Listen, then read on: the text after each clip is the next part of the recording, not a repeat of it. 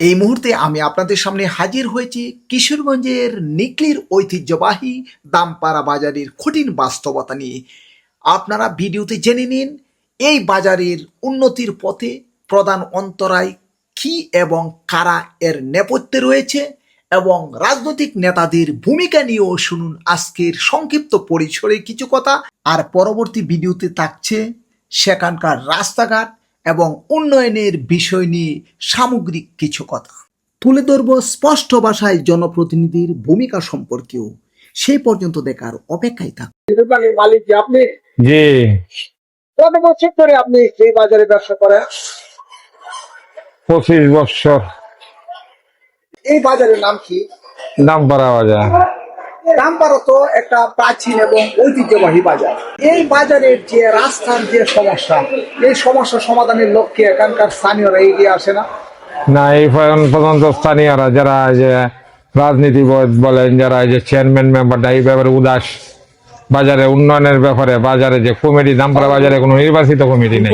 Main সমস্যা হইলো দামপাড়া বাজারে নির্বাচিত কমিটি নেই।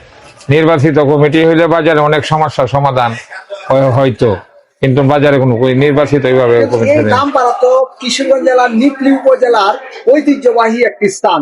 এখানে শিল্পপতির এলাকা, এখানে উপজেলার চেয়ারম্যানের বাড়ি। বাজারের উন্নয়নমূলক কোনো কর্মকাণ্ড নাই। যে রাস্তাগুলা সরু, একটা রিক্সা গেলে আর একটা রিক্সা যাইতে পারে না, কোনো পরিকল্পনাই নাই, পরিকল্পনার অভাব।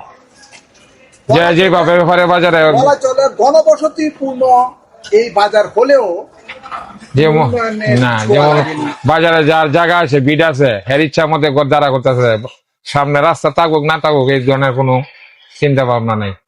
আর কেউ এগুলো তদারকিও করে না। পরিকল্পনার অভাবে এই বাজারের করুণ দশা বলে আপনি দাবি করছেন। জি জি জি। আপনার নাম? মেজবাউদ্দিন, বাড়ি দামপাড়া।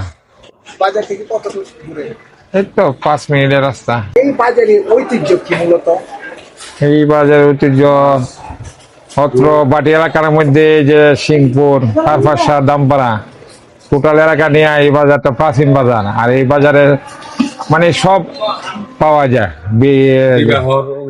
মূলত হচ্ছে বাটি এলাকার মানুষের ভরসা স্থল এই দামপাড়া বাজার। এই বাজারের ঐতিহ্য কি গিরে তা বলতে পারেন না সুনির্দিষ্ট ভাবে? এই বাজার ঐতিহ্য তো বর্তমানে লোকায় যে বিভিন্ন জায়গা থেকে গোপাল ঘোষের এই যে প্রসিদ্ধ রসমালাই, তার জন্য বাইরের এই যে পর্যটকরা দামপাড়া বাজার অনেকে ঢুকে। আর দুধের জন্য বিখ্যাত। আমাদের বাজারে প্রতিদিন মনে হয় 80 মনের উপরে প্লাস দুধ বেচা কিনা হয়। এই দুধগুলো কোথা থেকে আসেন? এই তো প্রত্যন্ত গ্রাম এলাকা থেকে, আশেপাশে এলাকা থেকে। বর্তমানে দুধের দাম কত? বর্তমানে এটা চাহিদার উপর নির্ভর করে।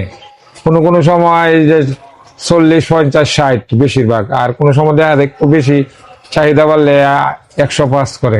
প্রতিদিন বাজার জমে আমাদের যে মাছ, আনাজ, নিত্য প্রতিদিন আমাদের এখানে এই সব কিছু পাওয়া যায়। সবজি পাওয়া যায়, মাছ পাওয়া যায়, দুধ পাওয়া যায়। এরপরে এই যে আমাদের গ্রাম অঞ্চলে বিবাহ শাদী ভাই বাজারও আমাদের এখানে যা আছে সব তুলে ধরছিলাম প্রকৃতির সাথে যুদ্ধ করে বেঁচে থাকা প্রত্যন্তর হাওরের বুকের সেই মানুষগুলোর কথা, যেখানে তারা অসহায়ত্বের শিকার, যেখানে তারা নানান বাধার মুখে পড়ে এই সকল রাস্তার জন্যে। আর এই ভোগান্তিতে পড়ে তাদের হাহাকার চরমে উঠে যখন বর্ষা মৌসুম হয়, যখন বৃষ্টি বাদলের সময় হয়, সেই দৃশ্যই আমি আপনাদেরকে দেখাতে চেয়েছিলাম। কঠিন সংগ্রামে টিকে থাকা সেখানকার দিশেহারা মানুষের বাস্তবতা জানতে পরবর্তী ভিডিও দেখার অপেক্ষায় থাকুন।